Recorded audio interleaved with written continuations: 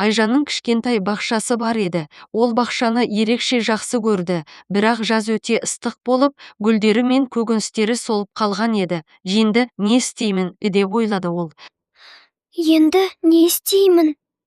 Бақшада тек бір ғана қызыл, мінсіз алма ғана пісіп тұрған еді. Айжан оны ертеңгі асқа сақтап қойды. Ол осы маусымдағы ең керемет жеміс болатын. Күн ортасында ауылдың шаңды жолымен ескі шаршаған қарлығаш апай келе жатты. Оның жүзінде шөл мен ұзақ жолдың ізі бар еді. Айжан үйінің терезесінен кемпірге қарады. Ол қатты шөлдеген және ашты көрінді. Айжан бақшасына қарады, содан кейін алмаға қарады. Бұл оның жалғыз жемісі еді. Айжан тез шешім қабылдады. Ол алманы жұлып алып қақпаға жүгірді. Апай, мынаны алыңыз. Бұл менің бақшамдағы ең тәтті алма, сізге күш береді. Кемпірдің көзі жылылыққа толды. Рахмет, қызым, мұны есіңде сақта, сен берген жақсылықтың бәрі қандай кішкентай болса да саған үлкен болып оралады. Ол күлімсіреп жолын жалғасты. Күндер өтті, ал бақша жақсармады. Керісінше, күн ыстығы күшейіп, тіпті кішкентай жасыл шыбықтар да солып қалды. Айжан қатты қайғырды. Кенет Айжан кемпірдің сөздерін есіне алды. Сен берген жақсылықтың бәрі